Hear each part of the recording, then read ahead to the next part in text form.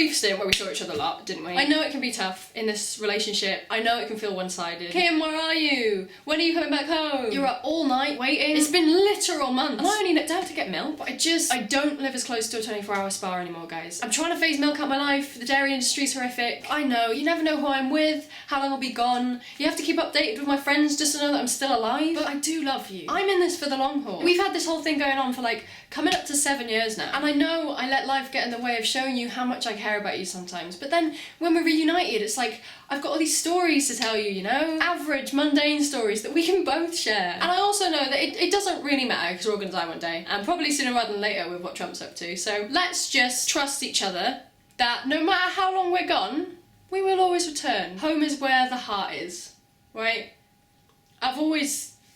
I had a busy summer. I got a second job again. I quit the second job. I went to Glastonbury. I moved house again. Then after that I got another job up at the Edinburgh Fringe, and then I went to Electric Picnic, and now I'm back. May as well never have happened. You never know. I could be lying. I could tell you I'd done all of these crazy things when in reality I'd done none of them. But that would be ridiculous, wouldn't it? Why would I lie on YouTube? Why would I tell fake and exaggerated stories on YouTube? Who would do that? Also, keeping in with the theme of landing in pretty much the same place, making everything else pointless, I now live in a roof again. I live in the loft. I even have these little doors again. Oh, check out that storage, mum. So while I was in Edinburgh, I was supervising a little bar for the Fringe, one of those ones that's like built inside a shipping container, under a tent, surrounded by decking and astroturf. There's the Scottish taking their 70 years of Fringe experience like, aye pal, we are organising the biggest arts festival in the entire world. We are in the Northern Hemisphere. It is August, the peak of the summer months. Now I am not stupid. I know when and when not Mercury is in retrograde, and I know my whole land. And I can say with 100% certainty that the number of days we can guarantee beautiful Scottish sunshine for is a total of exactly 0. No more, no less, no bother, it'll be tents galore. Ken, I know what you're thinking. A lot of our tourists are going to be coming from hot countries. Nothing short of utopia. And they're going to be expecting grass. Now, we have been working through the night with a few heavy-duty cable ties and an industrial-strength staple gun, and we have made a pretty convincing substitute, if I do say so myself. And it does the job. When I first arrived in Edinburgh, we were told to turn up to the road that our bar would eventually exist on, and we just had to build it. They just handed us a bunch of high-vis jackets and hard hats, and we had to be builders for a few days, which I think I pull off very well. Side note though, while running this site there was the main bar and then there was the Malibu van. It was a brightly lit, colourful trailer which stood on its own at the end, had little Malibu deck chairs spread out over the astroturf, and it did pina coladas on tap. I know. On day one of opening it, right, the Malibu lady turns up, she's like, "Hi Kim, here's everything you need, here's some stock, this is for merchandising." And then she went to get the stuff that we were going to serve it in, and over a fence, she handed me, bit by bit, 100 Malibu coconut cups. But there was no one around to understand what a ridiculous coincidence this was. And then, later in the month, when we ran out of the initial 100 coconut cups, a man delivered 500 Malibu coconut cups in my name, and they vanished into thin air. There was no record of them ever turning up. We couldn't get hold of the original guy that was meant to deliver them, and no one had seen them. How do I do this? It's like a painful echo of my past scaled up literally hundreds of times. While working in Edinburgh, at the start, every single one of us working for that company did a wine and spirits tasting session. I don't know what comes into your mind when gradually hundreds of young people in batches are sat down for 2 hours and given unlimited free alcohol to assess what they're tasting, but it doesn't really happen as professionally as I think they had hoped. I don't know why. Weird. Now I am a human who has been running a bar for a couple of years and worked in bars for about 5 years, but despite all of my efforts, I hate wine.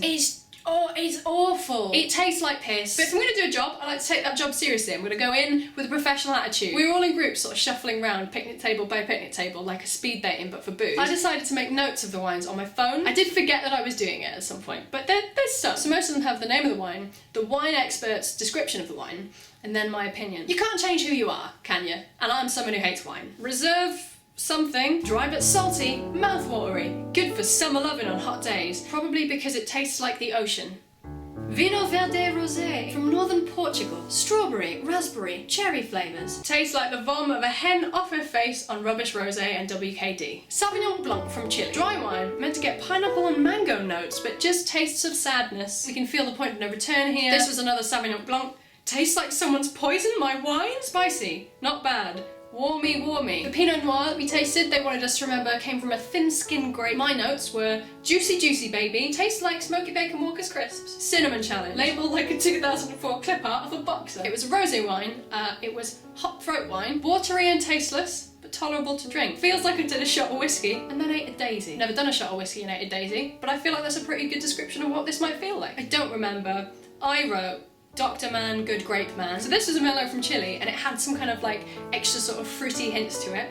And my review was tastes like St. Fagans or the ash of an incense stick. I learned a lot about wine and myself, and I feel like the most memorable thing that I learned is that wine and myself are not friends. Although from what I've heard, like the people I know who do like wine, I don't think they consider themselves wine friends either. While working in Edinburgh, I did have the honour of meeting the most irrationally ridiculous customer I have ever met in my entire life. And honestly, as a general rule, same as anyone else who works in customer service, I hate all customers, really. Myself included. I don't doubt that whenever I walk into a place where I'm a customer, I do stuff that's really stupid. There's just something wrong with us when we're trying to get goods or services from other human beings.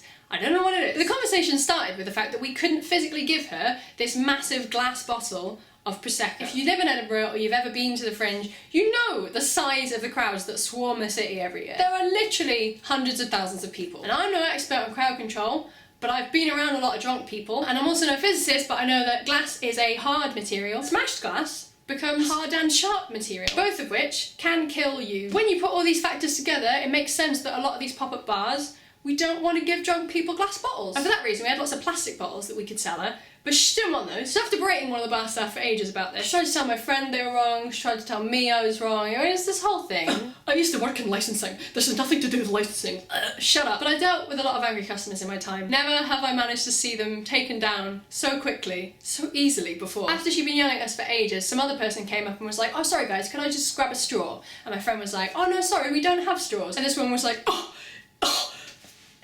you don't even have straws! It's only the first week of the Fringe. You're not gonna get very far like this, are you? She's like, she's like gagging on her own hatred. There's just too much of it. My friend Anna was like, oh no, this year in particular, they're really trying to cut down on straws because of the environmental impact they have. But she was still in this mode where she couldn't process things properly. She was like, it's bad for the environment, is it? Oh no, without missing a beat, still in the really friendly tone that she was in while serving someone else, was like, yeah, it's really bad for the environment. You know, it can get stuck in the Turtles Noseys. It can get stuck in the Turtles Noseys. We've all seen the videos, and it's horrific. Human beings are awful. But something happened in this woman's head, and for a second, she lowered her inhibitions just a little too much. Because in her raging, horrible tone, she accidentally repeated what Honor had said, and I don't think in all my years I ever could have imagined seeing the beautiful scene of this seething, bright red, frowning, angry Scottish lady saying, within her angry tone, oh, the Turtles Noseys. The Turtles Noseys! After we'd all just about swallowed the laughter that almost came out of our faces and she had realised what she'd just said out loud, she shuffled off into the crowd and we never saw her again. Throughout life, we're going to keep learning the same lessons again and again, guys. And on that day, I reaffirmed my knowledge that there is no better way to take down anger than with humour. How beautiful. Getting back into the groove of normal life again now, been settled back here for about a month, already cleaned up 3 vomits, Christmas is coming. I feel like I'm at a stage now where I measure the change of the seasons throughout the year on whether or not I'm telling you about vomit. Also, one thing I wanted to mention is months ago, I went to a couple of countries with my friend Evan and I filmed them, and I have these videos, but it's me, so, I mean, I just kept them. Gonna put them up. It was a long time ago, but they were nice trips and it's nice to remember. I'll be around, probably. Have a good time between now and the future. Every day's a learning day.